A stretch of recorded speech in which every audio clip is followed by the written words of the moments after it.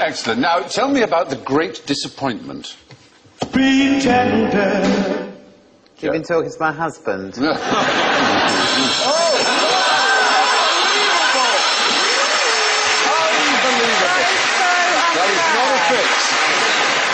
How predictable you are. I am. O'Brien. Yes, the great disappointment.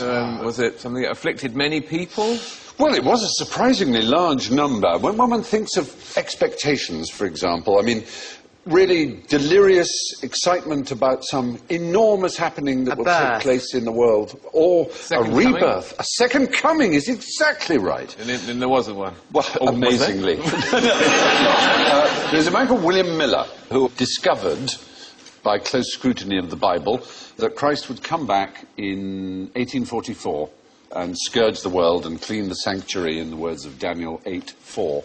And it wasn't like a minor cult. There were over 1 million Millerites who believed this. They sold their property, they sold their farms, they gave up everything, and they believed that it was all going to happen. And newspapers believed it. All kinds of people believed it. Their confidence was such that one man threw himself off a barn at exactly midnight, convinced that he would be scooped up and saved.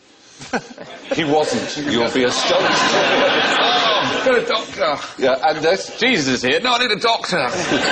Jesus didn't arrive, and it was known as the Great Disappointment. Is this in America, by any chance? How did you guess? They won't learn, will they? Well, no. They really won't, because what's so interesting is a lot of people haven't heard of William Miller, but although this great disappointment happened, his followers shaved off into different religions of which you may have heard. For example, there was a woman who founded a religion called the Seventh-day Adventist that now has 15 million adherents in America. And she was a Millerite. And there was another man called Charles Russell who founded an even better-known religion, the Jehovah's Witnesses. Well, they thought the world was going to end in about 1920, didn't they? Didn't they? Yeah, well, that's 1920, they thought the world was going to end? The apocalypse is the second coming. According to Revelations, the last trumpet sounds, there's a mighty wind, and Christ harrows hell, whatever that means, to harrow hell. But I don't think those people ever really believe it's the end of the world. Because if you really did believe the world was going to end, you wouldn't wander around going, I think the world's going to end. You'd be just going, ah! You'd be saying fancy a shag to that person you'd never dared say it to before. That's yes. What most people in questionnaires asked what John they'd do. McCririck, in my case. Yeah. John McCririck, yes, yeah, exactly. Can I just say, as far as that harrows hell thing, you just need to put a comma in that sentence. Christ harrows hell. By the way, who had purple triangles in the concentration camps, the death camps? Was it the Barney the dinosaur? No. It is an odd thing. It's a thing that Sorry, you're saying purple triangle. I thought you were talking about Equality Street. No, you know, everyone knows. Triangles are green. So yellow stars for Jews, big triangles for gay people. So I don't know which one I'm wearing. Both. What I wouldn't wear is a purple triangle. Which was the purple Christians? triangle? Gypsies? No. Well, Gypsies? not Romanies? gypsies. Gypsies. Lesbians? It was Jehovah's Witnesses. Manchester United supporters? No. It was Jehovah's Witnesses were also in those camps. They had purple triangles. It's just a weird thought. But anyway, right up to now, there is a new kind of wave of people who, in America, who believe, and about 50% of Americans do believe that Christ will return. And they have a special word for it. A special word for this moment when their bodies will be removed suddenly by Christ, leaving only their clothes behind them.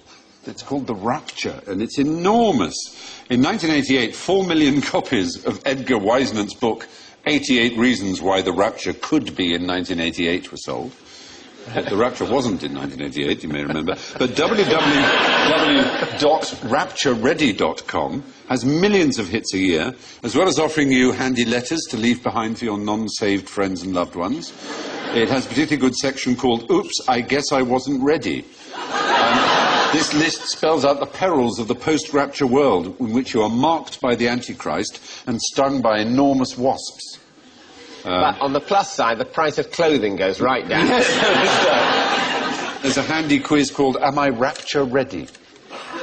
Is there an advice of what sort of loose-fitting clothes to wear so that would be better, so you won't get caught on anything? You wouldn't want to get whipped out of a jockstrap really quickly. You want boxer shorts or something like that. Well, you better be careful, because apparently it's imminent. Is it? It is imminent, yeah. The rapture is imminent. Imminent? You mean this week, or...? Oddly enough, they're not being that specific. Oh, really? Yeah. We wouldn't want a second great disappointment, would we? No, that would be terrible. I certainly would be disappointed. No. Well, the great disappointment came in 1844 when Jesus confounded all expectations by failing to return in glory.